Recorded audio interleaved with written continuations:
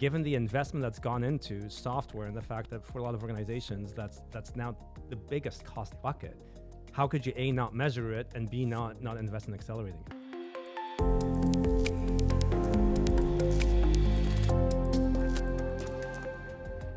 I don't know, this is just a fundamentally bizarre thing for me, because organizations, many enterprise organizations will have, banks have more developers than bankers, but are the developers getting the right kind of tools to make them productive? And I think part of the challenge, of course, is if you don't measure flow and productivity in some meaningful and developer and team-friendly way, right? Because there's all sorts of silly ways of doing it, like lines of code generated.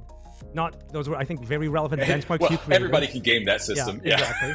Yeah, even better now. It's even easier to game now. But value, some kind of metric of value delivered, all of a sudden these things become very clear business cases for why you need to adopt this, and where you might want to adopt it first, right?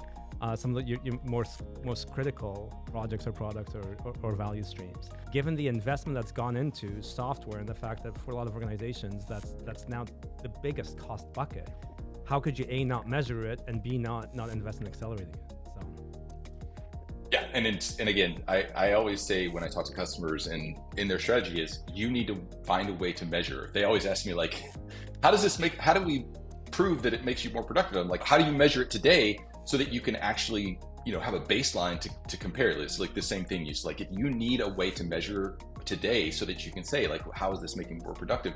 And, and you need to measure developer happiness. I say one of the things that's also true is developers jump around jobs, and usually they jump around jobs because they're not happy with their current situation. You mentioned this before, where they're not happy with their team, or their teams, the organizations. Like, we don't invest in a culture of helping and investing in developers, and that it's a big thing to do, because when they're happy, they are more productive and they're willing to stay.